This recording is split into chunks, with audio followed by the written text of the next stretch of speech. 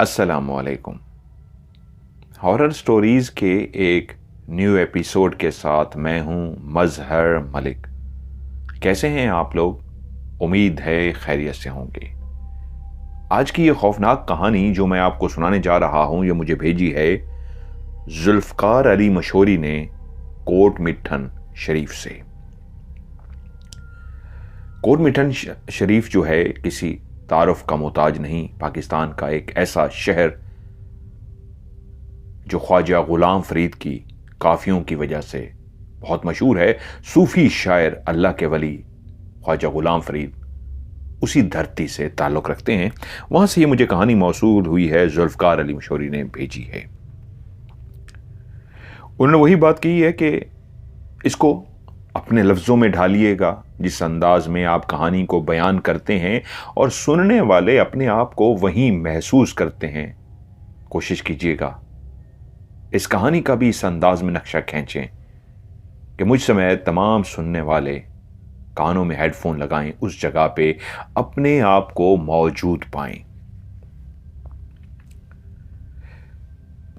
ये कहानी उस वक्त की है जब मकान कच्चे होते थे, रिश्ते पक्के होते थे, मोहब्बतों का दौर था, लोग एक दूसरे से बेइंतहा प्यार करते थे। उसी शहर के अंदर एक ऐसा बाजार जिसके दोनों तरफ दुकानें बनी हुई थी, कच्ची दुकानें। उस वक्त दुकानों का अंदाज इस तरह का बनाया जाता था कि दुकान को जमीन से तकरीबन 2.5 से 3 फुट ऊंचा बनाया जाता था। आज भी वहां उस सरायकी इलाकों में आप वहां पे जाएं तो आपको कई दुकानें ऐसी मिलेंगी, स्पेशली बाजारों के अंदर, जहां पे दुकानें 3-4 फुट ऊपर बनाई जाती थीं, ताकि जो भी सामान लेने के लिए आए तो दुकान का तमाम सामान उसकी नजरों के इस तरह सामने हो कि अगर वो जमीन के साथ बिल्कुल बैठी हुई दुकान होगी तो शायद देखने वाले को इतना अट्रैक्शन ना हो।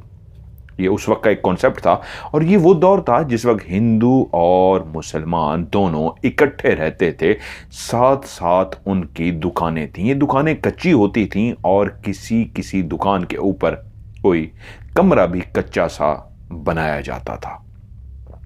कच्ची सीढ़ियां होती थीं, उसी दुकान के साथ वो कच्ची सीढ़ियां चढ़कर आप ऊपर पहुंच जाते थे।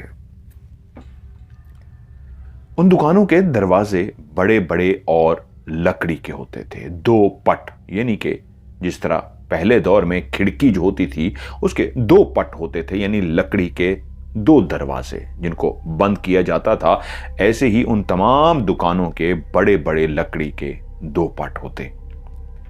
बंद करने के लिए लोहे की एक बड़ी सी जंजीर होती, उसको पकड़ के दूसरे दरवाजे के पट पे मखसूस जगह पे लगा दिया जाता और वहीं पे ताला लगा दिया जाता।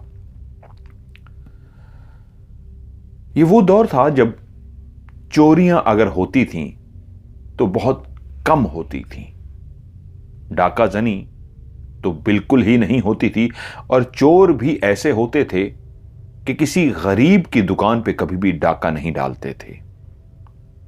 जो साहिब हैसियत, जो अमीर लोग होते, वो उन्हीं के हाथ से ही माल चोरी करके लाते।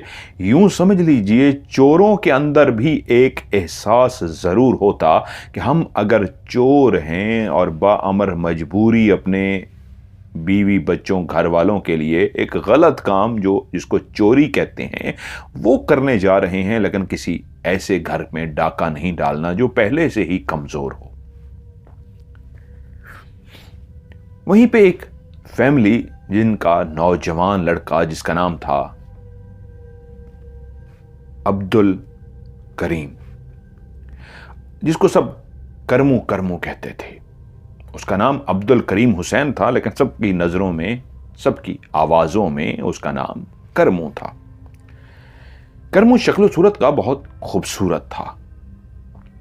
उसी बाजार के अंदर उसके बाप की एक दुकान थी। उस दुकान के अंदर घर की जरूरियात जिंदगी के लिए चीजें रखी जाती थी, जैसे कि चीनी हो गई, उस दौर का दिया जलाने के लिए उसका तेल हो गया, सरसों का तेल हो गया, साबुन हो गया, कपड़े धोने वाला साबुन हो गया, पंसारी की वो दुकान उसको बोलते थे।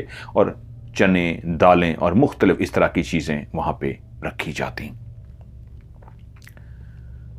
कर्मों का बाप अब बूढ़ा हो चुका था। वो दुकान पे तो बैठता लेकिन 2-3 घंटे के लिए आता। अब ज्यादातर वो अपना दुकान का लेन देन कर्मों को ही सिखा रहा था कि वो ये सब सीखे। जिस बाजार के अंदर इनकी दुकान थी, जैसे मैंने नक्शा खींचा कि दोनों अतराफ दुकानें बनी हुई थी, बीच में एक चौड़ी सी सड़क थी, इतनी चौड़ी कि उसके अंदर एक बैलगाड़ी गुजर सकती थी। लेकिन बैलगाड़ी अगर वहां से गुजरती तो फिर इर्द गिर्द रास्ता ना बचता। भाई इतनी ही खुले समझ लीजिए, जितना बैल के पीछे गाड़ी होती है उतनी ही चौड़ी वो गली सी थी, जिसके दोनों अतराफ दुकानें होती। और उन दुकानों के बिल्कुल ऊपर वाली साइड पे लकड़ियों से छत सी डाल दी गई थी ताकि धूप के दिनों में उन दुकानों पर धूप ना आए। यूं एक बंद किस्म का बाजार बन गया था। इसी बाजार के बिल्कुल दरमियान में एक कुआं अभी भी मौजूद था। उस कुएं से लोग न सिर्फ अपनी प्यास बुझाते बल्कि अपने घरों के लिए पानी भरकर भी ले जाते। कर्मों का घर वहां से काफी दूर था। उसको पैदल चल के अपने देहात तक जाना पड़ता, जहां पे 5 से 6 घरों पे मुश्तमिल उनके खानदान के लोग रहते थे। अब जब बाप ने कर्मों को दुकान का सारा हिसाब किताब सिखाना शुरू किया तो वो बताता था कि कुछ लोग ऐसे थे जो महीने का सौदा इस तरह का लेकर जाते कि कर्मों का बाप पहले खुद जाता था और उनसे पैसे वसूल करके ले आता था। अब ये ड्यूटी कर्मों की लगने जा रही थी कि वो मुख्तलिफ गांवों में जाता और घरों से पैसे लेकर आता। जब ये लोग गांव की तरफ जाते तो गांव के लोग इनकी बहुत आओ भगत करते कि ये वो लोग हैं जिनसे हम सौदा लेके आते हैं उधार पे। और महीने के आखिर में, या कुछ लोग तो ऐसे थे ये 2 या 3 महीने फसल के पकने के बाद पैसे देते, कुछ लोग खुद आकर दे जाते और कुछ लोगों से पैसे लेने के लिए ये लोग उनके गांव पहुंच जाते। तो वहां पे देर सवेर हो जाती। अब ये ड्यूटी कर्मों की लगी थी क्योंकि घर काफी दूर था, काफी खाती पीती फैमिली थी। उन्होंने गाय, भैंसें, मुख्तलिफ बकरियां, जानवर भी वहां पे पाल रखे थे। उन दिनों में कर्मों का एक कजन उन्हीं के साथ रहने के लिए आया और उसकी ख्वाहिश थी कि वो मिठाई का काम जानता था। वो एक दूसरे देहात से आया था और वो वहां पे हलवा तैयार करना चाहता था। तो उसने कर्मों के बाप से बात की। यूं जहां पे कर्मों की दुकान थी उसके बिल्कुल साथ वाली दुकान उसके लिए ले ली गई। अब वो मिठाई बनाता और वहीं दुकान पर मिठाई सेल करता। अब दूध वगैरह ज्यादा चाहिए होता था क्योंकि मिठाइयां दूध से तैयार होती थी। यूं कर्मू लोगों ने अपने घर के साथ और भी कुछ गाय भैंसें खरीद ली ताकि दूध की सप्लाई बजाय वो कहीं और से ले, उसको वहीं से ही खालिस दूध मिल जाता। यूं देखते ही देखते मिठाई का जायका बहुत अच्छा था। दुकान चल पड़ी। वो लड़का जिसका नाम रमजान था, कर्मों का हम उम्र था। यूं कर्म ने अब्दुल करीम, जिसको कर्मों प्यार से कहते, उसमें और रमजान में एक ठन सी गई। साथ साथ दुकानें थीं, गपशप भी हो जाती और यूं दोस्ती भी बढ़ गई। एक रात सुबह वो दुकान पे पहुंचा और आज उसने दूसरे देहात जाना था। पैदल लोग सफर करते थे और वहां से पैसे लेकर आने थे। अक्सर कभी देर सवेर हो जाती तो वो ऊपर वाले दुकान के ऊपर जो चुबारा सा बना हुआ था वहां पर जाकर सो जाता। कर्मों उस दिन मुख्तलिफ देहातों में गया तो वहां पे उन लोगों ने कर्मों को रोक लिया कि आप खाए पिए बगैर नहीं जा सकते, क्योंकि उनके यहां मेहमान अल्लाह की रहमत होते थे। कर्मू जब वहां से लौटने लगा तो काफी देर हो चुकी थी। वो जानता था आज बहुत देर से पहुंचे था। कर्मू को खुदा ने कद काठ और शक्ल सूरत बहुत अच्छी दी थी। बेइंतहा हसीन और जमील तो नहीं था, लेकिन एक अच्छी शक्ल सूरत का मालिक था। वो चलता चलता चलता आखिरकार उस बाजार के अंदर दाखिल हो गया जो उस वक्त अंधेरे में डूबा हुआ था। लोग अंधेरा होने से पहले ही अपनी दुकानों को बंद करके चले जाते। कर्मू उनमें से एक ऐसा था जो अपनी दुकान को देर तक खोले रखता, तो वहीं दुकान के अंदर उसने दिया और माचिस रखी हुई थी, दिए जलाते थे लोग। अब कुछ सामान ऐसा था जो उसने दुकान पर रखना था, जो वो गांव से लेकर आया था, इसलिए घर जाने की बजाय वो सीधा दुकान की तरफ ही चल रहा था। मुख्तलिफ खेतों से, मुख्तलिफ रास्तों से चलते चलते अभी कुछ ही फासले पे वो मार्केट जो उनका बाजार सा था आने वाली थी कि उसको महसूस हुआ कि एकदम से उसके बिल्कुल पास से एक और कच्चा रास्ता है। दरमियान में दरख्त ही दरख्त थे, दरख्तों की दूसरी साइड पे एक और कच्चा रास्ता था जिसको वो क्लियर देख तो ना सका, लेकिन उसको महसूस हुआ कि कोई भागता हुआ गया है। अभी उस तरफ उसने देखा ही था कि कौन भागता हुआ गया है, तो पीछे से किसी और को भी भागते हुए देखा, जिससे अंदाजा हुआ जैसे दो लोग भागते हुए गए हों। वो अपनी जगह से रुक से गया कि कौन है, कोई चोर है, क्या हुआ है, रात को इस तरह भागते हुए गए हैं, क्योंकि वो बीच में दरख्तों की एक पूरी लाइन थी और दरख्तों की दूसरी तरफ वो कच्ची सड़क थी, इसलिए उनके चेहरे और जिसामत नहीं देख सका था। जब देखा भागने वाले तो तेजी से आए थे, वो भी नहीं जानते थे कि दूसरी सड़क पे करमदीन चलता हुआ जा रहा है। पगडंडी ही थी जिससे वो चलता हुआ आ रहा था और वो दूसरी साइड की पगडंडी पे भागते हुए चले गए थे। तो वो कुछ देर रुका और जब देखा वो दोनों भागने वाले जा चुके हैं तो फिर से उसने अपने सफर को जारी रखा। वो चलते चलते उस बाजार के उस दहाने पे पहुंच गया जहां से बाजार शुरू होता था, लेकिन पूरा बाजार घुप अंधेरे में डूबा हुआ था। शाम होने से पहले ही ज्यादातर लोग चले जाते थे, लेकिन क्योंकि वाहिद कर्मू ही था जो देर तक बैठता था दिया जला के, इसलिए अंधेरे में भी उसको पता था इस बाजार से कैसे गुजरना है, क्योंकि अमूमन सारी दुकानें ही बंद होती थीं। वाहिद उसकी दुकान खुली होती थी जिसको वो बंद करके इस अंधेरे रास्ते से घर की तरफ कभी कभी जाता था। अभी भी वो आहिस्ता आहिस्ता चलते चलते अपनी दुकान के पास पहुंच गया। उसने दुकान को खोला और दुकान को खोल के दिया जलाया। दिए की रोशनी पूरी दुकान में भर सी गई। उस रोशनी ने पूरी दुकान को जगमगा दिया, जबकि पूरा बाजार खामोशी में डूबा हुआ था। वो दुकान के अपनी मखसूस जगह पर बैठा, चीजें उसने वहां पे रखी, एक हिसाब किताब, एक लेन देन जो एक होता है लोगों के साथ, लिखत पढ़त जो भी करना होता है वो करने के लिए बैठ गया कि लिख दूं किससे ले लिया, किससे क्या किया, कॉपी में जिस तरह लिखते हैं उस दौर में। तो वो अपना इसी तरह का काम कर रहा था कि उसको महसूस हुआ कि कोई तेजी से भागता हुआ आ रहा है। कदमों की आवाज जैसे ही उसको सुनाई दी कि रात के इस पहर किसके भागने की आवाज, लेकिन एकदम से याद आया कि थोड़ी देर पहले ही कोई भागता हुआ गया था जब मैं पैदल आ रहा था, फिर किसी की भागने की आवाज है। वो उस तरफ चौंका ही था कि भागते भागते भागते एक हसीनो जमील नौजवान लड़की उसकी दुकान के बिल्कुल सामने आकर रुक गई, क्योंकि उसकी दुकान के अंदर दिया जल रहा था, रोशनी थी। उसी रोशनी में उसने देखा उसके बाल खुले हुए थे, काले स्याह रेशमी बाल, बड़ी बड़ी आंखें, इंतहाई खूबसूरत सी नाक और पतले पतले पिंक कलर के उसके होंठ, इंतहाई हसीनो जमील उसका चेहरा तो ऐसे चमक रहा था जैसे इतनी गोरी चिट्टी उससे पहले उसने ऐसी खूबसूरत लड़की देखी ही कहां थी। वो तो पलकें झपकना भूल गया, इतनी हसीन लड़की।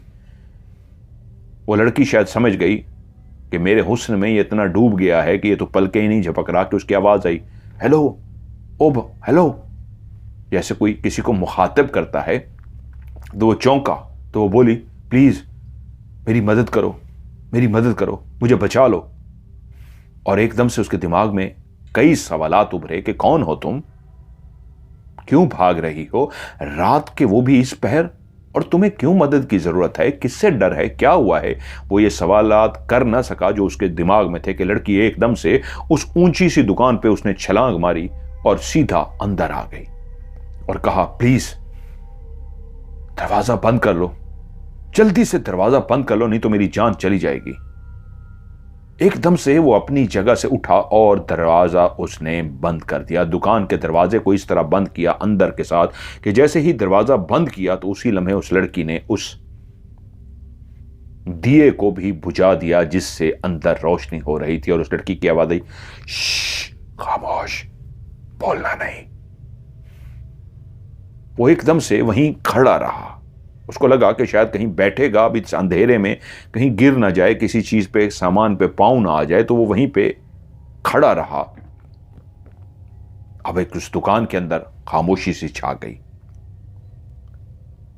अब वहां पे एक लड़की मौजूद थी, हसीनो जमील लड़की, और दिया बुझ चुका था। नौजवान लड़का अब्दुल करीम, जिसको सब प्यार से करमू कहते थे, अपने दरवाजे को बंद किए अंदर खड़ा था कि माजरा क्या है, कुछ समझ ना पाया था कि बाहर ऐसी आवाज आई जैसे कोई तेज कदमों से चलता हुआ आ रहा हो।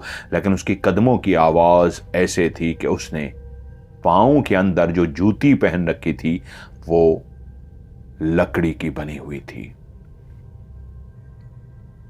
लकड़ी की ऐसी जूती जिससे चलने वाला मर्द था या औरत जो भी थी, उसके चलने से उस लकड़ी से एक आवाज आ रही थी, पटख पटख पटख पटख। वो समझ गया कि जो भी चल रहा है उसने पांव में लकड़ी की जूती पहनी है। लकड़ी की जूतियां पहले पहनी जाती थी, कई मूवीज में भी, पहले इंडियन मूवीज में दिखाया गया है। मजहबी जो लोग होते हैं वो लकड़ी की, नीचे से उसका सिर्फ बना होता था, ऊपर जो होती थी वो रबड़ की होती थी। वो समझ गया कि कोई लकड़ी की जूते पहने चल रहा है, और वो चलने वाला जो भी था, मर्द या औरत, उसकी आवाज़ बिल्कुल करीब आती जा रही थी। जैसे वक्त के साथ साथ वो आगे बढ़ता जा रहा है और आवाज़ भी करीब आती जा रही है, यहाँ तक कि आवाज़ बिल्कुल दुकान के सामने आ गई। और उसी दुकान के गेट के पास खड़ा हुआ करम, अपनी सांसें भी उसने रोक ली, क्योंकि लड़की ने भी शायद अपनी सांसें रोकी हुई थी। उससे पहले वो लड़की की सांसों को सुन सकता था, जो हल्की हल्की दुकान के अंदर सांसें सुनाई दे रही थी, सांस लेने की आवाज। लेकिन अब जैसे ही वो आवाज जूतों की दुकान के बिल्कुल सामने पहुंची, दोनों ने अपनी सांसें बंद कर ली कि कहीं उसको ये भी गुमान गुजरा कि यहां दुकान के अंदर कोई है तो पता ना चल जाए। और वो आवाज आहिस्ता आहिस्ता आगे बढ़ती गई।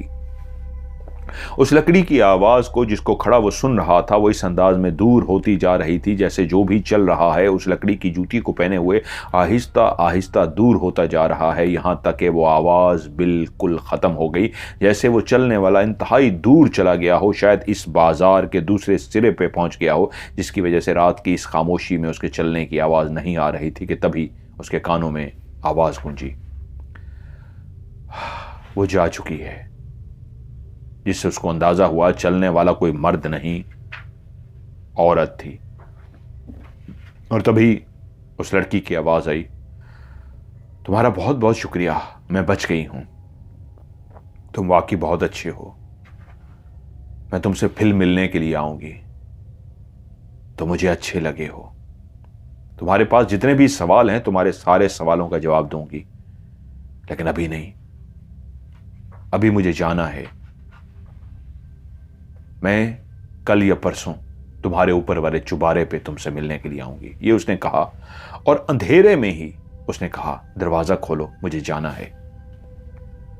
उसने उसी वक्त दरवाजा खोल दिया। जैसे ही दरवाजा खुला, वो जो गुप अंधेरे में दोनों खड़े थे, शायद दोनों की आंखें अब गुप अंधेरे में हल्का हल्का देखने की आदी हो गई थी कि वो लड़की उस गुप अंधेरे में अपनी जगह से खड़ी हुई और चलती हुई उसने दुकान के नीचे छलांग लगाई, मुड़ के एक दफा करमू को देखा, मुस्कुराई और चली गई। करमू परेशान खड़ा था, इतनी हसीनो जमील लड़की, इतनी खूबसूरत लड़की कहां से आई है, कौन है? यकीनन सी बात है किसी घर से आई थी। वो नौजवान था, वहां पे कई घर थे, एक पर्दा सिस्टम था, नौजवान लड़कियां पर्दा करती थी, तो वो किसी को जानता तो नहीं था कि किसकी बेटी है, कौन है। वो तो नाम तक नहीं पूछ सका था और वो जा चुकी थी। उसने अपना काम बेदिली से मुकम्मल किया क्योंकि उसके दिमाग के अंदर वो लड़की छा गई थी। जैसे कैसे उसने दिया जला के अपना काम मुकम्मल किया और घर की तरफ जाने की बजाय उसने ऊपर चुबारे पे जाने का फैसला किया कि कच्ची सीढ़ियां चलते हुए वो ऊपर, सोने का इंतजाम मौजूद था, वो ऊपर गया और जाकर चारपाई पर लेट गया। लेकिन नींद आंखों से कोसों दूर थी। वो तो उस लड़की के जादू में, उस लड़की के शहर में खो सा गया था। इतनी हसीनो जमील लड़की, क्या ये इसी गांव की है? मैंने तो पहले भी किसी लड़की को इतना नहीं देखा।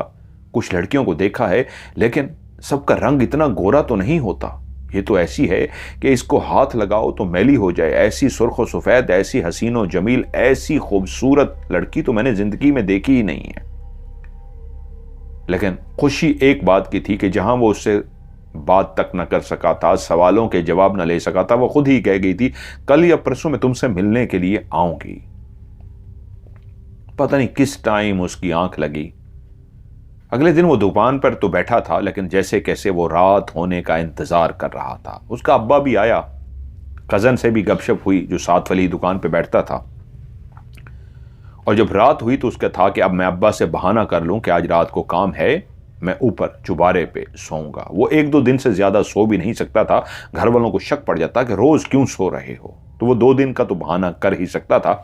उसने कह दिया और अब्बा ने कहा ठीक है, एक मामूली सी बात थी। यूं वो रात को दुकान बंद करके, जब पूरी मार्केट बंद हो गई, उसकी तो वैसे भी आदत थी, वो लेट नाइट बंद करता था, आहिस्ता आहिस्ता दुकानें बंद होना शुरू हो गई, क्योंकि चादर, काली रात की चादर ने हर तरफ अंधेरा फैलाना शुरू कर दिया था।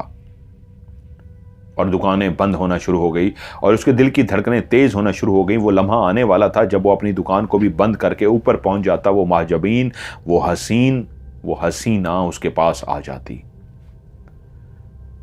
जब पूरी मार्केट बंद हो गई तो वो कुछ देर तो दुकान खोलकर बैठा रहा और उसके बाद उसने देखा जब सब चले गए हैं, उसने भी दुकान को बंद किया और चलता हुआ ऊपर पहुंच गया। उसके दिल की धड़कन बहुत तेज हो गई थी, बेचैन सा था। वो कब आएगी, मैं उसको देख सकूंगा, उससे मिल सकूंगा। वो काफी देर उठकर बैठा रहा, इस तरह जैसे वो अभी सामने से आएगी। उसने दरवाजा खोल रखा था। कितनी देर वो ऐसे बैठा रहा कि उसको एहसास हुआ वो थक चुका है, अभी तक नहीं आई। रात गहरी हो चुकी है, आधी रात बीत चुकी है और बैठे बैठे उसका इंतजार करते करते अब उसको नींद ने आके दबोच लिया था। पिछली रात भी तो वो सही तरीके नहीं सोया था और ऊपर लंबा सफर करके आया था, और आज उसका इंतजार करते करते वहीं बैठे बैठे अब जब नींद के उसको झटके लगने शुरू हुए तो वो बैठे बैठे ही सो गया। सुबह जब उसकी आंख खुली तो इस अंदाज में लेटा था कि सही तरीके सो भी ना सका था। काफी देर तक सोता रहा। आज उसने दुकान भी लेट खोली। सारा दिन फिर उसी तरह गुजारा और जब रात हुई तो सेम उसी तरह दुकान को बंद करके ऊपर पहुंच गया। जाते ही कुछ देर को वो सोना चाहता था कि पता नहीं वो रात के किस पहर आएगी भी सही या नहीं आएगी। उसने कहा तो था, उसके दिल में एक शक सा पड़ गया था, शायद वो नहीं आएगी। कह तो गई थी और मैं भी देखो कैसा दीवाना हो गया हूं उसकी बात का कि यकीन कर लिया है वो आएगी और उसका इंतजार कर रहा हूं, लगता नहीं है वो आएगी। खैर उसने दरवाजे खुले रखे कि आना हुआ तो ऊपर आ जाएगी। दिया ऊपर जल रहा था। वो सोने के लिए लेट गया इस अंदाज में कि अगर आएगी तो मैं फौरी जाग जाऊंगा, लेकिन बिस्तर पर लेटते ही उसको नींद ने आकर दबोच लिया और वो गहरी नींद सो गया। रात का कौन सा पहर था उसे नहीं मालूम, लेकिन कोई उसका नाम पुकार रहा था, करमू, करमू। उसे लगा जैसे वो कोई ख्वाब देख रहा हो। उसने सोए सोए लहजे में कहा, हां उठो, आंखें खोलो, मैं आ गई हूं। उसको अभी भी ख्वाब महसूस हो रहा था कि किसी ने उसके कंधे पे हाथ रख के उसको झंझोड़ा, हिलाया। जैसे उसको हिलाया गया तो उसने आंखें खोली तो क्या देखता है, बिल्कुल सामने वो लेटा हुआ है। वही महजबीन, आज तो पहले से भी ज्यादा कयामत ढा रही है, बेइंतहा खूबसूरत लग रही है, वो सामने खड़ी हुई है। उसने जैसे ही उसे देखा एकदम से छलांग मार के चारपाई पर उठकर बैठ गया और वो अभी तक खड़ी हुई थी कि वो उसे देखकर बोला, बैठो ना, बैठो। तो वो चारपाई पर बैठ गई। वो मुसलसल उसके चेहरे की तरफ देखती रही और वो भी पलके झपकाए उसके चेहरे की तरफ देखता रहा। कितनी ही देर तक दोनों एक दूसरे को देखते रहे, लेकिन ऐसा लग रहा था कि वो भी शर्म के मारे बोल नहीं रहा, और वो तो थी ही लड़की, वो कहां से बोलती। कि आखिरकार कर्मों ने उस खामोशी को तोड़ा। तुम्हारा नाम क्या है? तो वो बोली, मेरा नाम गुलनाज है। गुलनाज? हां, लेकिन प्यार से सारे मुझे गुल कहते हैं। बहुत प्यारा नाम है तुम्हारा, बहुत खूबसूरत हो तुम। मैंने इससे पहले इतनी खूबसूरत लड़की अपनी जिंदगी में नहीं देखी। मैं तो तुम्हें देख के आंखें झपकाना भी भूल गया था। और वो बोली, सच बताऊं, मैं कल भी आई थी, तुम्हें छुप छुप के देखती रही हूं। मुझे अच्छा लग रहा था, तुम मेरा इंतजार कर रहे थे। क्या? वो चौंक पड़ा। हां, मैंने तुम्हें देखा था, तुम मेरा इंतजार करते रहे, और आखिर इंतजार करते करते ऐसे बैठे बैठे ही सो गए। जब तुम सो गए थे फिर मैं अंदर आई थी। मैंने तुम्हें सोते हुए देखा था, तुम बहुत प्यारे लग रहे थे। मैं कितनी देर ही तुम्हें खड़ी देखती रही, फिर मैं चली गई। आज तुम्हें जगा दिया। जब मैं ऊपर आई तो तुम सो रहे थे। मैं काफी देर ही तुम्हें देखती रही हूं, लेकिन मेरा दिल किया मैं तुमसे बात करूं और तुम्हें जगा दूं। मैंने तुम्हें जगा दिया है। वो उससे बोला, गुलनाज, तुम इसी गांव की हो ना? और किस घर से ताल्लुक है तुम्हारा? और उस परसों रात क्या हुआ था? तुम क्यों इस तरह भागती हुई आई हो और भागती हुई गई हो? कोई तुम्हारे पीछे लगा हुआ था? वो कई सवालात एक ही सांस में पूछ गया। वो हल्का सा मुस्कुराई और बोली, एक ही सांस में तुमने इतने सवाल पूछ लिए। बस एक बात याद रखो, तुम मेरे दिल में भा गए हो। मैं तुम्हें सब कुछ अपने बारे में बता दूंगी। हां, मैं यहीं की रहने वाली हूं। मैं तुम्हारे पास आई तो मदद लेने के लिए थी, लेकिन जब मैंने तुम्हें देखा तो फिर देखती ही रह गई। तुम्हारे चेहरे ने, तुम्हारी खूबसूरती ने, तुम्हारी मासूमियत ने मुझे अपना गर्विदा बना लिया, और मैं दिल से तुमसे प्यार करने लगी। प्यार तो अंधा होता है, प्यार कहां देखता है।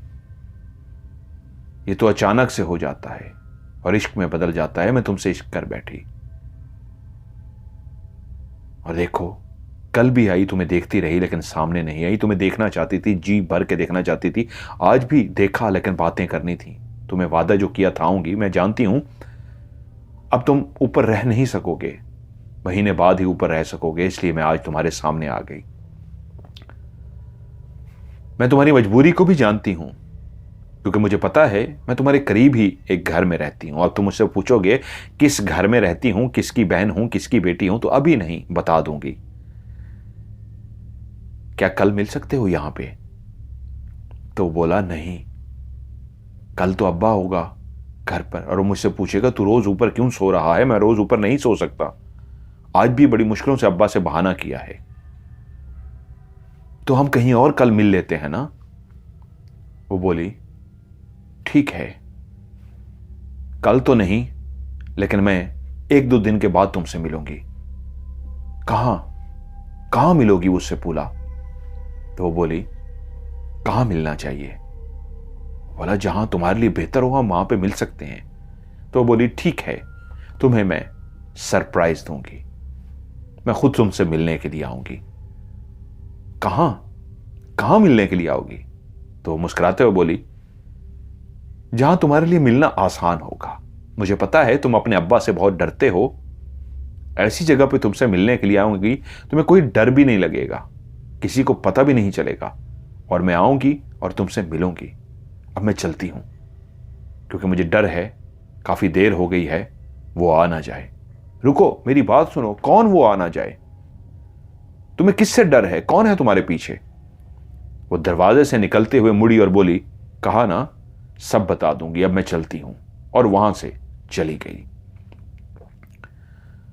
वो कुछ देर ऊपर बैठा रहा, सोचता रहा, कैसी खूबसूरत लड़की है, कैसी हसीन है, नाम भी वैसा खूबसूरत है।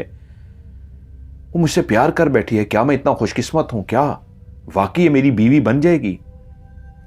ये तो मान गई है, मुझसे प्यार करती है, फिर तो मैं अब्बा को भी राजी कर लूंगा, अम्मा को भी राजी कर लूंगा। अम्मा तो वैसे ही मान जाएंगी, अब्बा को मनाना होगा, अब्बा को मना लूंगा, मैं इसी से शादी करूंगा और इसी को अपनी दुल्हन बनाऊंगा। वो उसके ख्यालों में इसी तरह सोचता रहा। वो उस रात भी सो ना सका। आज तो मोहब्बत का इजहार हो गया था। अगले दिन दुकान वगैरह बंद करके वो अपने घर की तरफ रवाना हुआ। अब उसके दिमाग में था, उसने कहा था 2-3 दिन के बाद मैं तुमसे मिलूंगी। वो नहीं जानता था वो कहां मिलेगी। वो खुद से सोच रहा था, किसी बाग में, किसी खेत में, किसी दरख्त के नीचे कहां मिलेगी, मैं कहां जाऊं। वो तो कभी ऐसी जगहों पे गया ही नहीं था, उसको किसी इस तरह का पता ही नहीं था। खैर वो घर गया और उसके ख्वाब देखते देखते सो गया। अगले दिन जब वो सुबह उठा तो उसका कजन रमजान भी दुकान के लिए तैयार हो रहा था। उससे बोला, चलो चलते हैं। रमजान बहुत खुश था।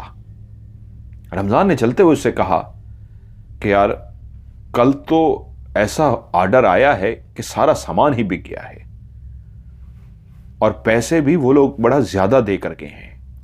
मेरी मिठाई से इतने खुश हुए हैं कि उन्होंने पैसे भी बहुत ज्यादा दिए और पूरा ऑर्डर बुक हो गया है। अब आज मुझे बड़ी मेहनत करनी पड़ेगी। तू जानता तो है मेरा सामान आहिस्ता आहिस्ता बिकता है, लेकिन वो सारा ले गए। लेकिन यार पैसे बहुत दे कर गए हैं। रमजान बहुत खुश था। रमजान उसकी तरफ देखकर बोला, यार तू बड़ा खुश लग रहा है, क्या बात है? मैं नोट कर रहा हूं 1-2 दिन से तू दुकान पे भी आता है, बातें करता है, कुछ उलझा उलझा सा भी है और खुश भी है।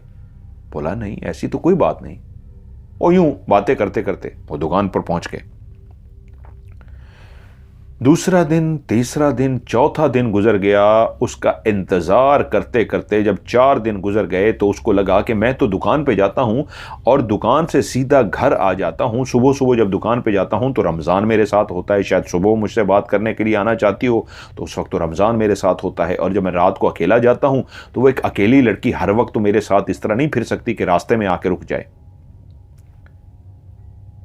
तो क्या करूं मैं? 4 दिन हो गए हैं, शायद मैं किसी ऐसी जगह पे रुक ही नहीं रहा, बैठ ही नहीं रहा। किसी ऐसी जगह पे रुक जाऊं, बैठ जाऊं जहां पे उसको भी मौका मिल जाए और वो सीधी मेरे पास आ जाए और हम बैठ के बातें कर सके। तो मैं क्या करूं? लेट हो गया तो अब्बा भी पूछेगा कहां है, क्योंकि अब्बा को पता है आज मैंने घर आना है। तो वो चलते चलते एक दरख्त के नीचे रुक सा गया कि यहां रुक जाता हूं, वो यहां मुझसे मिलने के लिए आ जाएगी। थोड़ी देर के बाद खुद उसे अपने आप के ऊपर बेवकूफ़ी सी महसूस हुई कि उसको कैसे पता लगेगा कि मैं इस दरख्त के नीचे खड़ा हूं, मिलने के लिए आएगी। यूं वो फिर से चल पड़ा, चलता हुआ घर पहुंच गया।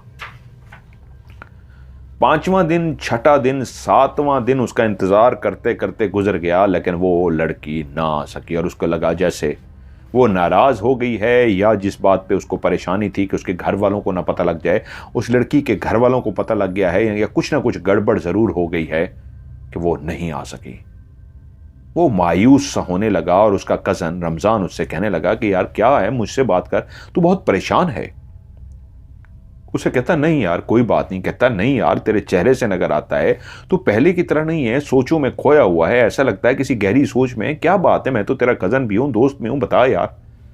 और वो उससे कहता नहीं यार कोई बात नहीं। ये कोई तकरीबन 8वां दिन था, शाम का टाइम था। घर वालों ने दूध पकाने के लिए, उबालने के लिए, शाम का जो दूध उबालते हैं, उबाले के लिए मट्टी की हांडी जो होती है, मट्टी का जो चूल्हा होता है, उसके ऊपर उसको रख दिया बर्तन में। दूध उबल रहा था कि घर वाले अपने काम काज को कर रहे थे कि वापस जैसे ही दूध के पास आए तो देखते हैं एक काली स्याह बिल्ली है जो दूध के ऊपर झुकी हुई है और उस दूध जो आग पे चढ़ा हुआ है, अभी उसको उबाला नहीं आया था, उबलने वाला था, वो बिल्ली उसको पी रही है। जैसे ही उन्होंने इस मंजर को देखा, बिल्ली ने कभी ऐसी हरकत नहीं की होती है अमूमन, लेकिन एक ऐसी हरकत को देख के वो चौंक से गए, भागे बिल्ली को भगाने के लिए। बिल्ली भाग तो गई लेकिन कच्चा खासा दूध पी गई थी। अब वो बिल्ली का मुंह लगा हुआ दूध था, वो उसको कैसे इस्तेमाल कर सकते थे, यूं उस दूध को उन्होंने फेंक दिया। लेकिन उससे अगले दिन एक अजीब सा वाकया हुआ। आज वो दूध के ऊपर पहरा देते रहे। जब एक दिन पहले बिल्ली इस तरह का काम कर जाए तो घर वाले कॉन्शियस हो जाते हैं, एक्स्ट्रा केयर करते हैं, तो वो केयर करते रहे। उन्होंने उस बर्तन को ना सिर्फ ढांप दिया बल्कि उसकी देखभाल भी करते रहे कि अब इधर उधर ना होना, ये ना हो बिल्ली फिर से दूध पी जाए। लेकिन वो ये देख कर हैरान रह गए कि जब उस बर्तन को खोला गया तो पता लगा अभी तक उबाला क्यों नहीं आ रहा, दूध उबल क्यों नहीं रहा। तो पता चला दूध तो अंदर है ही नहीं, एक खाली देजकी है जो ऊपर चढ़ी हुई है। वो हैरान हुए, क्या हुआ है, दूध कहां गया। तो वो डिस्कस करें कि दूध तुमने डाला ही नहीं होगा। वो औरत कह रही है मैंने 100% दूध डाला था, ये कैसे पॉसिबल है। वो कह रहे हैं देजकी देखो, लग रहा है अंदर से जैसे धुली हुई हो। अगर तुमने दूध डाला था तो निशान तो होने चाहिए थे ना अंदर दूध के, क्योंकि जिस देजकी के अंदर दूध को डाल के निकाला जाए तो निशान रह जाते। इसके अंदर तो निशान तक भी नहीं है कि तुमने कोई दूध डाला था, तो बिल्कुल धुली हुई है। वो औरत कहे नहीं, यकीन माने मैंने खुद दूध डाला था। एक अजीब बात थी, घर वालों तक पहुंच गई। पहली बात तो एक आम सी थी कि बिल्ली दूध पी गई, उन्होंने फेंक दिया, ज्यादा बात नहीं हुई। लेकिन आज जिस तरह दूध गायब हुआ, वो सारे परेशान हो गए। रात को मर्दों को भी बताया गया कि इस तरह पता नहीं दूध को क्या हुआ। सबने ये कहा भूल गई होगी या उसको इतना सीरियस नहीं लिया। अब क्योंकि 8-9 दिन हो चुके थे, कर्मों ये समझ चुका था कि अब वो आने वाली नहीं है। उस रात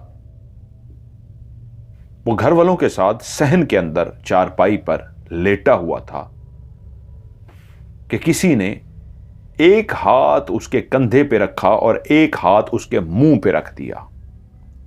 जैसे उसके मुंह पे हाथ रखा गया तो उसको ऐसे लगा जैसे कोई उसके मुंह पे हाथ रख के हाथ से दबा रहा हो कि कहीं बोलना नहीं, चीखना नहीं। और एकदम से उसने, ताकतवर था, हाथ मारा तो हाथ तो उसने हटा दिया, लेकिन एकदम से हड़बड़ा कर उठकर बैठा तो देखा सामने गुलनाज खड़ी है। घर के सहन के अंदर सब सो रहे थे। वाहिद वो जाग चुका था जगाने की वजह से, और सामने गुलनाज को देख के एकदम से चौंक पड़ा और वो फिर से उसको इशारा करके बोली आवाज मत निकालना, जाग जाएंगे। और उसने उसे अपने पीछे आने का इशारा किया और वो भी आराम से उठा। वो चलती हुई घर के उस हिस्से की तरफ चली गई जहां पे अक्सर सर्दियों में वो कमरों में सोते थे। वो सीधा कमरे के अंदर दाखिल हुई, वो भी उसके पीछे गया और वो उसे देखकर बोला तुम यहां मेरे घर। उसने कहा हाँ, मैं तुमसे माजरत खा हूं, मैंने तुमसे कहा था कि मैं जल्द ही तुमसे मिलूंगी, लेकिन हालात इस तरह के हो गए थे कि मैं नहीं आ सकी, मैं कोशिश के बावजूद भी नहीं आ सकी। लेकिन अब कुछ हालात बेहतर हुए हैं तो मेरा दिल बेचैन था तुम्हें देखने के लिए, तुमसे मिलने के लिए, तो इसलिए आज मैं सीधा तुम्हारे घर आ गई हूं। हाँ, ये मेरे लिए एक बहुत बड़ा रिस्क था, लेकिन मैं क्या करती, मैं दिल के हाथों मजबूर थी। मैं भी तो तुम्हें देखना चाहती थी, तुमसे मिलना चाहती थी। मुझे गलत लड़की मत समझना, ये मत समझना कि कैसे मैं तुम्हारे घर आ गई। हाँ, मेरे लिए बहुत मुश्किल था, मैं गलत लड़की नहीं हूं, लेकिन मेरे हालात इस तरह के थे, मैं तुम्हें नहीं बता सकती। तो उससे बोला लेकिन ये तो मेरे लिए खौफजदा माहौल है, मेरे घर में से कोई जाग गया तो बहुत गलत हो जाएगा, मैं तुमसे यहां नहीं मिल सकता। तो वो बोली फिर हम कहां मिल सकते हैं। वो बोला मेरे घर से फासले पे ही वॉशरूम के बहाने मैं निकल के वहां जाता होता हूं, अभी तो नहीं, कल मैं वहां आऊंगा, तुमसे मिलूंगा। वो बोली ठीक है, मैं कल तुम्हारा इंतजार करूंगी। उसने उसे जगह बता दी और वो चली गई। वो इतना डर गया था घर के अंदर, वो आज भी जा सकता था उससे मिलने के लिए, लेकिन वो एक आम सा लड़का था, कभी इस तरह के काम किए नहीं थे। वो इतना खौफजदा हो गया कि कोई जाग गया तो क्या होगा। तो उसकी दिल की धड़कन तेज हो गई थी, वो खुद इतना खौफजदा था, इसी वजह से उसने कल का रख लिया। अगले दिन जब रात हो गई और वो टाइम हुआ तो वो खुद इंतजार में था कि रात हो और वो उसी जगह पे उसको मिलने के लिए जाए। जैसे ही वो टाइम हुआ, वो अपनी बिस्तर से उठा। जानता था कि अगर किसी ने पूछा भी, उसने अपना कॉन्फिडेंस बढ़ा लिया था कि पूछा भी तो कह दूंगा, वैसे तो कोई पूछता नहीं था। कल तो वो डर गया था, खौफजदा हो गया था, इसलिए अपने बिस्तर से उठा और चलता हुआ सीधा उसी जगह पे गया तो वो पहले से वहां पे मौजूद थी। वो जैसे ही उसके करीब गया, उसको देखकर मुस्कुरा पड़ा कि तुम आ गई। वो बोली, मैं तो कब की आई हुई हूं, तुमने मुझे टाइम जो दिया था। उसने इधर उधर देखा, तसल्ली की, कोई भी नहीं है, तो कहा हम बैठ जाते हैं, यहां पे कोई आया भी तो नजर आ जाएगा। वो दोनों नीचे ही बैठ गए और उससे बोला, आज मुझे अपने बारे में बताओ, बहुत सारी बातें मैंने तुमसे करनी है। तुम इतने दिन क्यों नहीं आई? मैं तो तुम्हारे लिए बेचैन रहा। तो उसी लम्हे वो बोली, मुझे पता है, मैं खुद बहुत बेचैन थी। मैंने तुमसे 3-4 दिनों की बात की थी, लेकिन मैं फंस गई थी। मामलात ही कुछ इस तरह के हो गए थे कि मैं आ नहीं सकी। वो बोला, गुलनाज, मैं तुमसे शादी करना चाहता हूं। मैं तो बस ये चाहता हूं, मैं तुमसे इस तरह छुप छुप के ना मिलूं। मैं अपने माँ बाप से बात करूं, मैं अब्बा को राजी कर लूं, अम्मा तो मान जाएंगी, और रिश्ते की बात करूं। तुमसे मैं शादी करना चाहता हूं कि उसी वक्त जोर जोर से बकरियों के चीखने की आवाजें आना शुरू हुई। घर से वो काफी फासले पर बैठे थे और ऐसी आवाजें आनी शुरू हुई जैसे जानवर डर गए हों या जानवरों ने कोई आवाजें निकाली हों। तो वो दोनों भी डर के अपनी जगह से खड़े हो गए। वो बोला, लगता है कोई आ गया है या क्या हुआ है, जानवर बोल रहे हैं। तुम चलो, तुम जाओ जाओ, कोई आ जाएगा। और वो भी बोली, हाँ हाँ मैं चलती हूं। वो चली गई और वो भागता हुआ घर की तरफ गया तो क्या देखता है, उसका अब्बा भी जाग गया है और कजन भी जाग गए हैं। जिस जगह पे नए जानवर जो दूध के लिए लिए गए थे, वो जानवर जोर जोर से ऊंचा ऊंचा बोल रहे थे। उसका अब्बा भी परेशान, वो भी पहुंच गया। क्या हुआ है? कहता पता नहीं, जानवर इस तरह डर गए या क्या, पता नहीं कोई चोर आया है, क्या आया है। जानवर जोर जोर से बोलना शुरू हो गए थे, इसलिए मैं भी उठ के आ गया, देखा, लेकिन यहां पे कोई नहीं है। खैर उन्होंने तसल्ली की, इधर उधर सारी जगहों पे देखा, वहां पे कोई भी नहीं था। अब वो अपने बिस्तर पर लेटने के लिए तो गया, लेकिन उसको एहसास हुआ कि मैंने तो उससे ये तक नहीं कहा कब मिलोगी, कल मिलोगी, कहां मिलोगी, मैंने तो उसको टाइम भी नहीं दिया, अब क्या करूं। वो परेशान हो गया। अब उसको नींद तो नहीं आ रही थी, वो परेशान था कि क्या करूं, अब कैसे उससे मिलूं। अधूरी बात होगी, पता नहीं यहां पे क्या हो गया जानवरों के साथ कि उन्होंने मेरी मुलाकात ही खराब कर दी। अगली रात वो बिस्तर पर लेटा यही सोच रहा था, क्या आज रात को उसी टाइम पे खुद ब खुद उठ के चला जाऊं, क्या वो आ जाएगी। लेकिन वो फिर अपने आप को खुद जवाब देता, वो कैसे आएगी, वो तो मैंने टाइम सेट किया था। वो इन्हीं बातों में लेटा, इन्हीं बातों को सोचता हुआ बिस्तर पर लेटा हुआ था कि उसी वक्त एक बकरी के ऊंचा ऊंचा बोलने की आवाज आई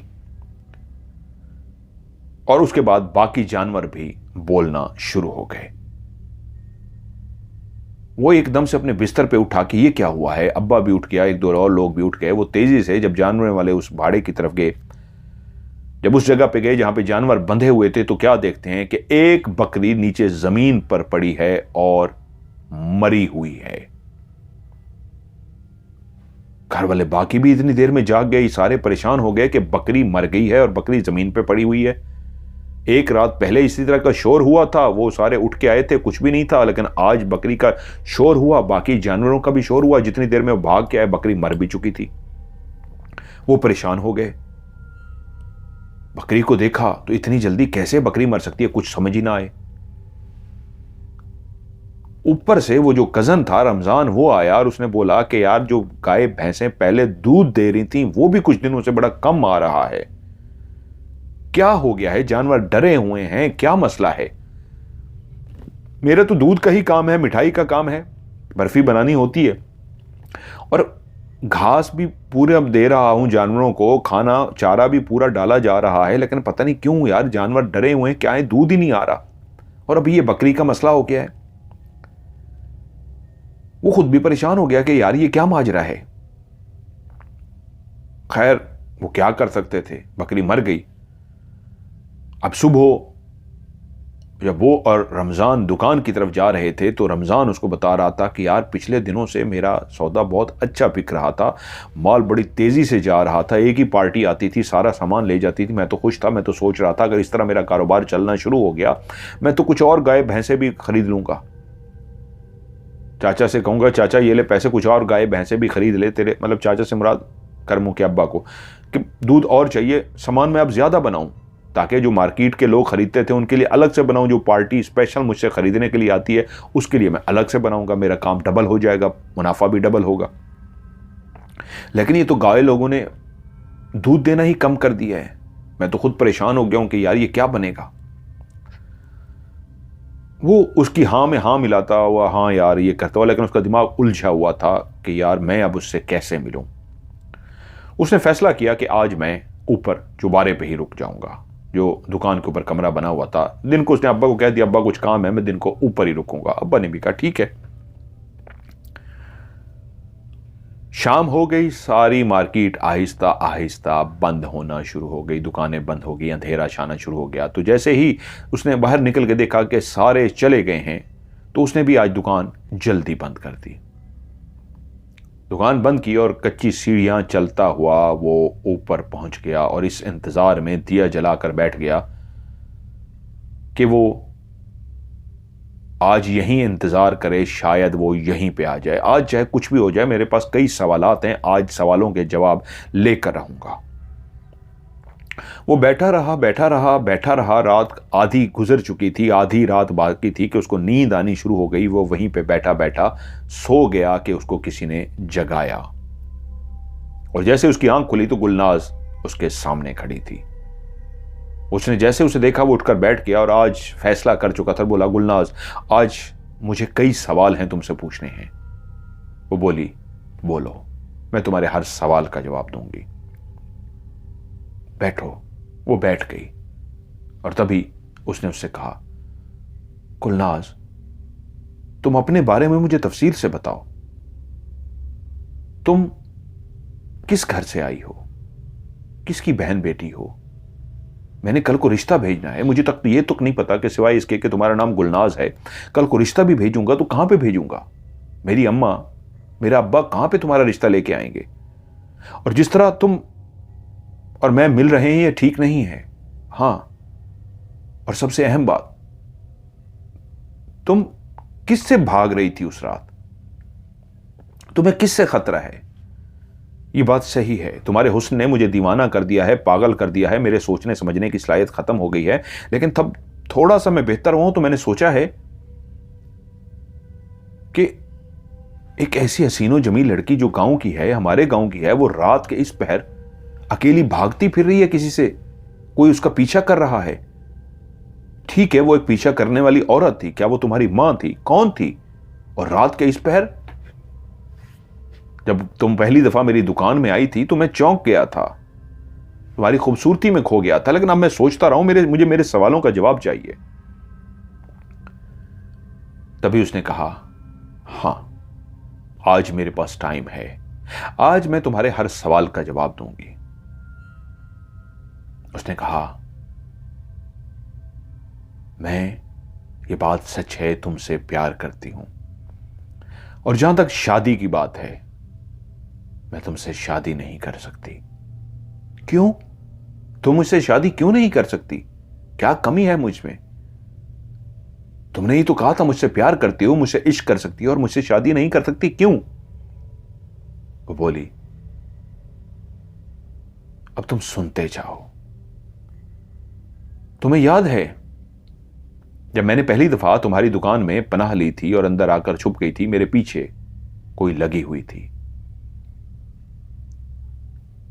उससे पहले भी तुम्हें याद है अपनी दुकान से आने से पहले तुम एक पगडंडी पे चलते हुए आ रहे थे और तुमने अपनी दूसरी साइड पे किसी को भागते हुए देखा था, और उस तरफ जैसे ही देखा था फिर किसी और को भागते हुए देखा था, लेकिन तुम्हें कोई नजर नहीं आया था।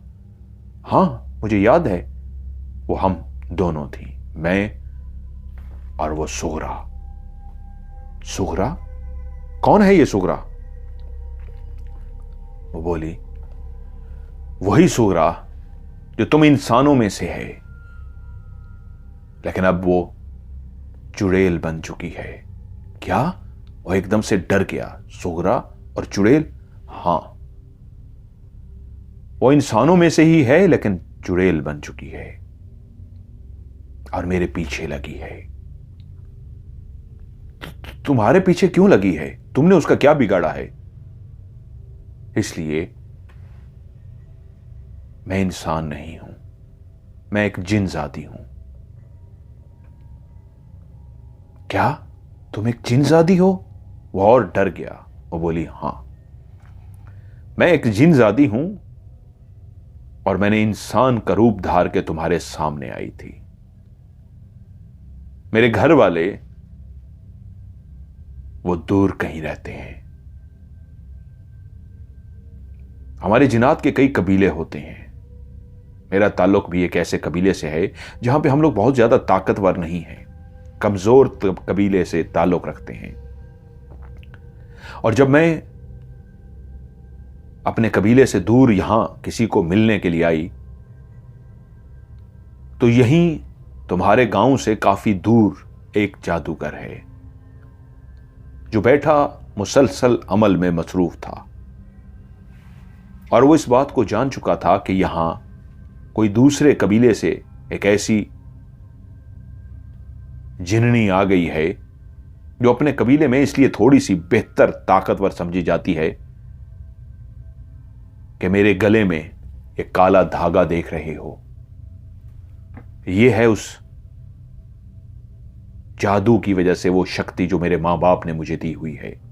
जिस तरह तुम लोग इंसान जादू करते हो, अमल करते हो, काला सिफली नूरानी जादू करते हो, इसी तरह जिन्नात के यहां भी जादू होता है। जिन्नात भी अपनी ताकत को बढ़ाने के लिए जादू करते हैं। उनसे उनको ताकत मिलती है, वो शैतान से मदद लेते हैं। मेरे वालिदैन ने मेरी हिफाजत के लिए और मेरी ताकत को बढ़ाने के लिए ये धागा मेरे गले में डाल दिया, इसलिए कि मैं महफूज रहूं। और ये अगर धागा किसी और को मिल जाए, ऐसा जो जादूगर हो, जो ताकतवर हो, तो उसको बहुत ज्यादा फायदा दे सकता है। उसका जादू बढ़ जाएगा, उसकी ताकत बढ़ जाएगी। और यहीं उसी जादूगर को यह पता चल गया कि उसी कबीले की एक लड़की यहां मौजूद है और जिसका नाम सुगरा है। यह उसी के यहां पहले काम करती थी। इन दोनों खबीसों ने मिलकर जादू शुरू किया था, यहां तक कि कुरानी आयात को उल्टा पढ़ के और ऐसे शब्द बोल के कि ये इंसानों से एक चुड़ैल बन गई और इसके पास इतनी ताकत आ गई है कि ये बहुत कुछ कर सकती है।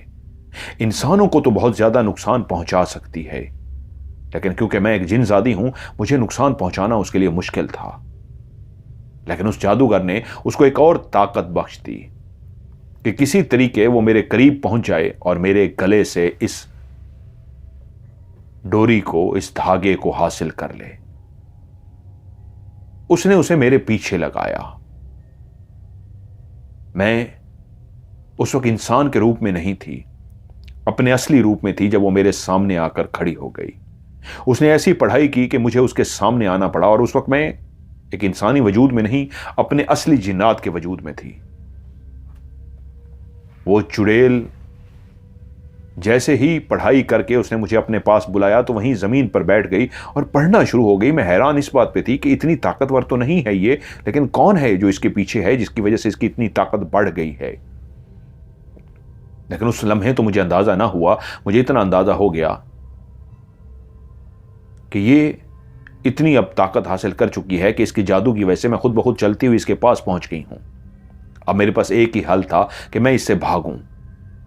उसी वक्त मैंने इंसान का रूप धारा और मैंने भागना शुरू कर दिया। अगर मैं इंसान का रूप ना धारती तो मेरे उस वजूद को यह पकड़ लेती, कब्जा कर लेती। जैसे ही मैं इंसान के रूप में आई तो मेरे अंदर एक और ताकत आ गई और मैंने भागना शुरू कर दिया। और जब तुमने हमें पहली दफा भागते हुए देखा था तो वो पहली दफा नहीं था, मैं उससे काफी अरसे से भाग रही थी और उस दिन भी उसी तरह भागती हुई जा रही थी। वो मेरे पीछे थी कि मैं भागते भागते तुम्हारी दुकान तक आ गई। तुमने मुझे पनाह दे दी। हां, तुम अच्छी फितरत के मालिक हो, मासूम इंसान हो,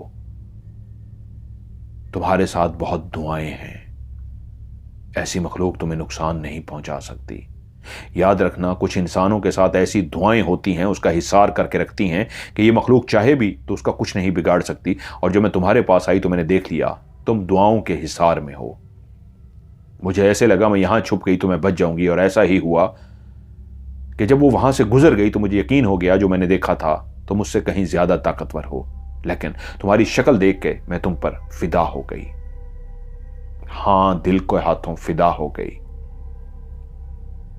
और उसके बाद जब हम वहां पे बैठे थे उस दरख्त के नीचे, तो तुम्हारे घर से थोड़े ही फासले पे था, और तुम्हारे घर के अंदर उस बकरी की रोने की आवाज आई थी और जानवरों के रोने की आवाज आई थी। तो मेरा पीछा करते करते वो वहां तक आई थी, क्योंकि मैं जब पहली दफा तुम्हारे घर आई थी तो मैंने इंसान का वजूद नहीं अपनाया था, मैं अपने असली वजूद में आई थी। और जब तुम्हारी चारपाई के पास पहुंची थी तो मैंने एक इंसान का वजूद अपना लिया था। मैं वहां खुद ज्यादा देर नहीं रुकना चाहती थी, जानवर मौजूद हैं, कहीं वो डर ना जाएं। तुमने खुद ही कह दिया कल दूसरी जगह पे मिलेंगे, लेकिन वो मुझे ढूंढती ढूंढती अगली रात वहां पहुंच गई, क्योंकि उसने सूंघ लिया था मैं यहां आई थी। तो मेरा पीछा करते करते वहां तक तो आ गई, लेकिन जानवर उसको देखकर बुदक गए, जानवर उसको देखकर डरना शुरू हो गए। और उससे अगली रात मैं वहीं पे थी और वो मेरे पीछे आ गई थी।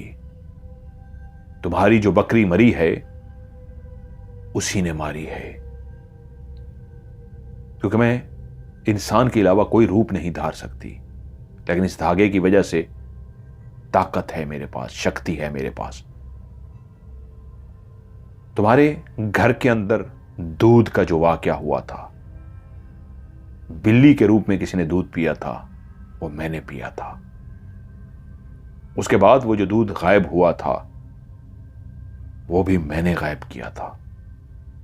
लेकिन ये जो बकरी मरी है ये मैंने नहीं मारी, उसी चुड़ैल ने मारी है। आज मैं तुम्हें ये सारी बातें क्यों बता रही हूं? इसलिए अगर ये धागा महफूज रहा तो मैं बच जाऊंगी। अब आज मैं तुमसे ये कहने के लिए आई हूं, कल मैं तुमसे फिर मिलूंगी उसी दरख्त के नीचे, और कुछ अहम तुम्हारे हवाले करना है। लेकिन उससे पहले मुझे अपना कुछ बंदोबस्त करना होगा। क्या तुम मेरी मदद करोगे? वो दम साधे परेशान सा बैठा सुन रहा था ऐसी बातें जो उसने कभी जिंदगी में सुनी ही नहीं थी। एक गांव का आम सा नौजवान जिसके लिए सारा कुछ अजीब व गरीब सा था, कि वो पलके झपकाए बगैर पागलों की तरह उसकी बातें बैठा सुन रहा था, कि वो दोबारा से बोली मैं तुमसे मुखातिब हूं, क्या मेरी मदद करोगे? बोला हाँ हाँ मैं करूंगा। तो बोला तो ठीक है, कल तुम मुझसे वहीं पे मिलोगे।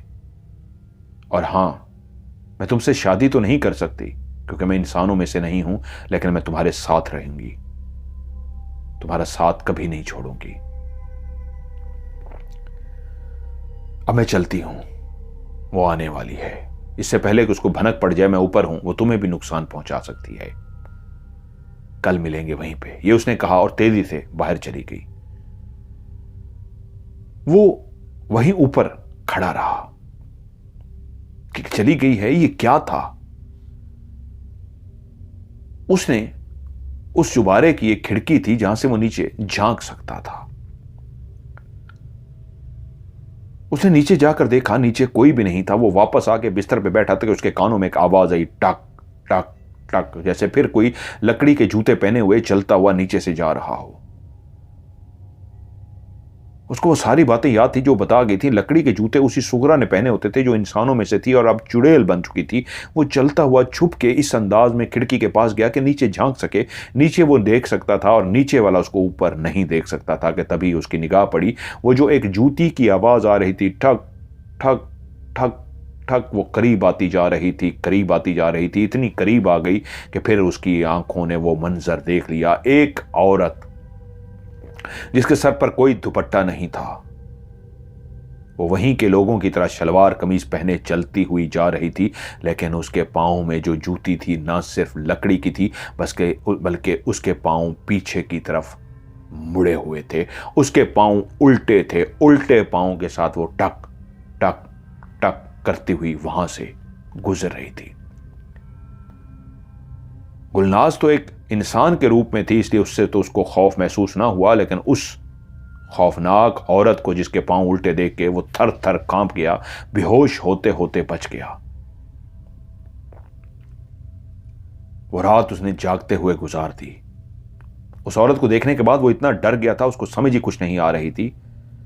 क्या वो गुलनाज की मदद करे, क्या वो किसी को ये बात बता दे, क्या करे? वो किसी को बताना चाहता था। हम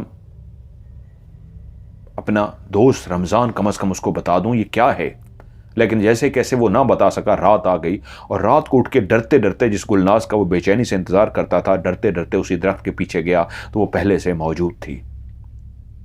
उसी गुलनाज ने एक गठड़ी सी बनी हुई थी कपड़ों की, वो गठड़ी उठा के उसके हवाले की और कहा ये तुम्हारे लिए।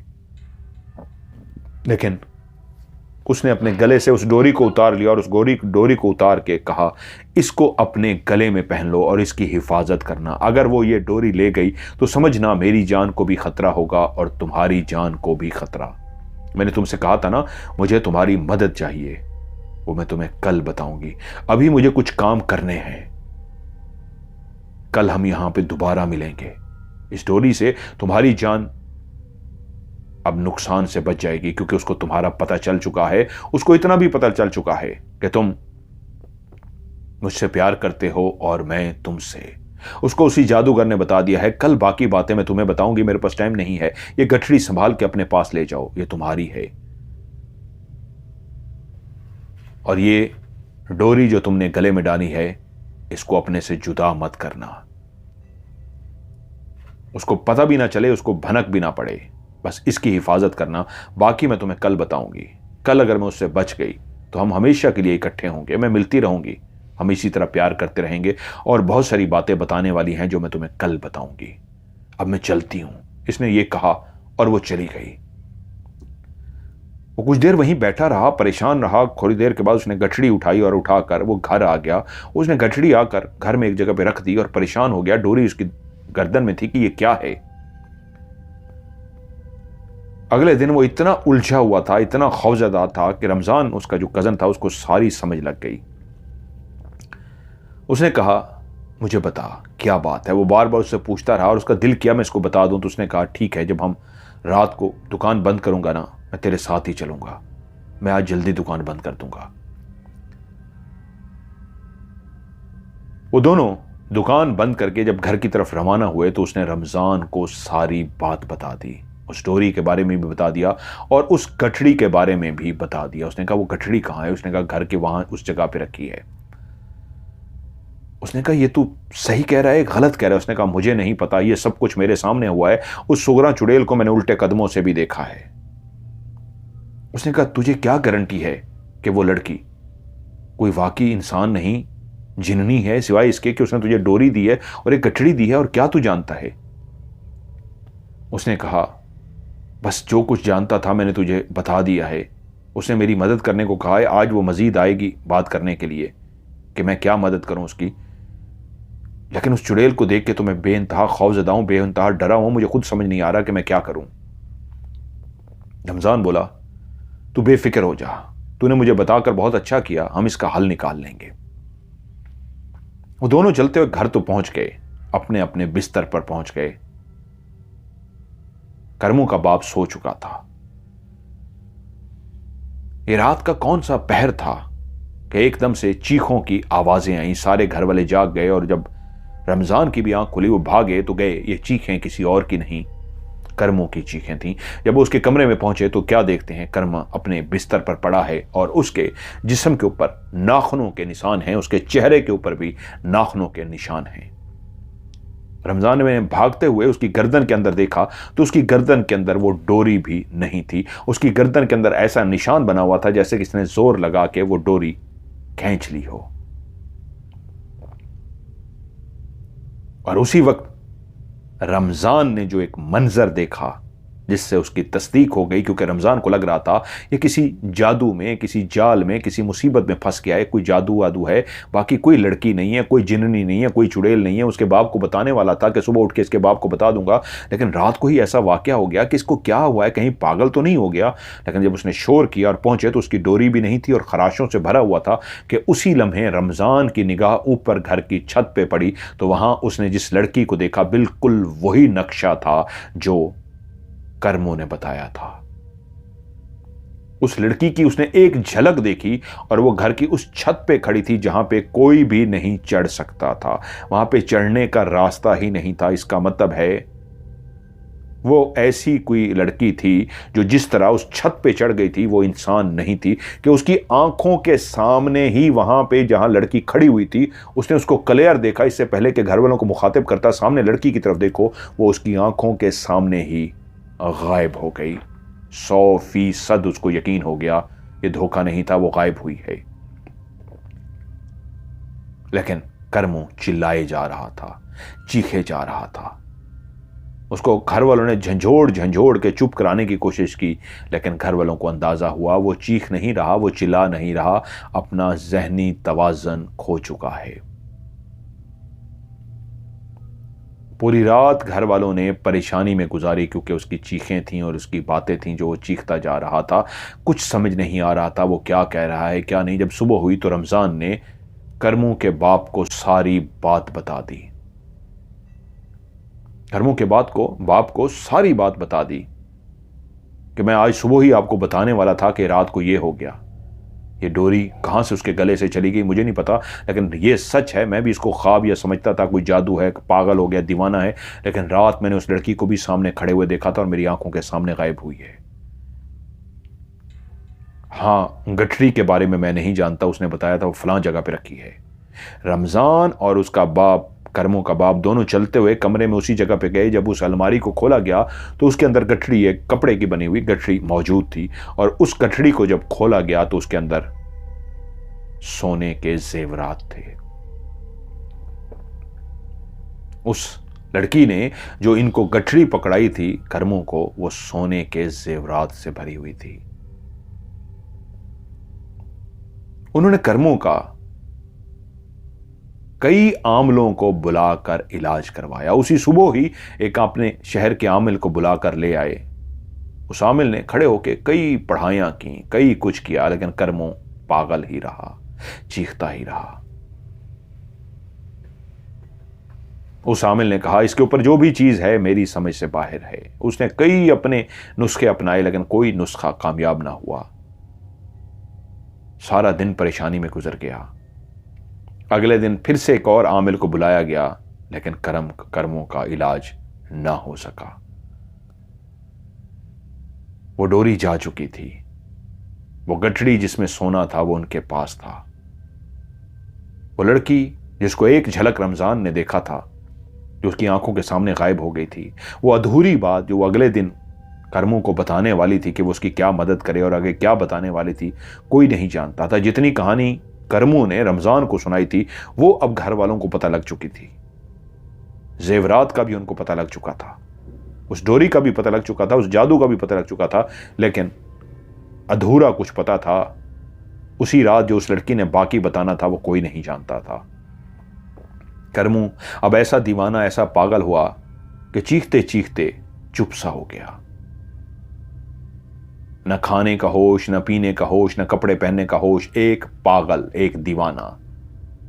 वो खूबसूरत कर्मू जो फरमाबरदार था, शरीफ था, दुआओं के उसमें था, पता नहीं उस पर क्या गुजरी, कोई नहीं जानता कि वो पागल हो गया था। घर वाले जबरदस्ती पकड़ के उसको खाना खिला देते, चुप करके खाना खा लेता, कभी कुछ ना मांगता, पानी तक खुद से ना पीता। घर वाले इसको पानी पिलाते, घर वाले इसको खाना खाते, लेकिन एक पागल, एक दीवाना। कहते हैं हमारे शहर में कितना अरसा इसी तरह पागल दीवाना फिरता रहा।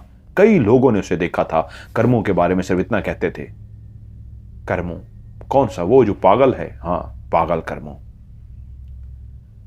उसके बाद कर्मों ठीक तो नहीं हुआ, लेकिन कई सालों तक जिंदा रहा, लेकिन बिल्कुल पागल दीवाना, जिसको कोई होश नहीं, ना खाने का ना पीने का, बस पहना देते पहन लेता, बस बोलता नहीं था, चुप सा हो गया, उसका दिमाग काम नहीं करता था।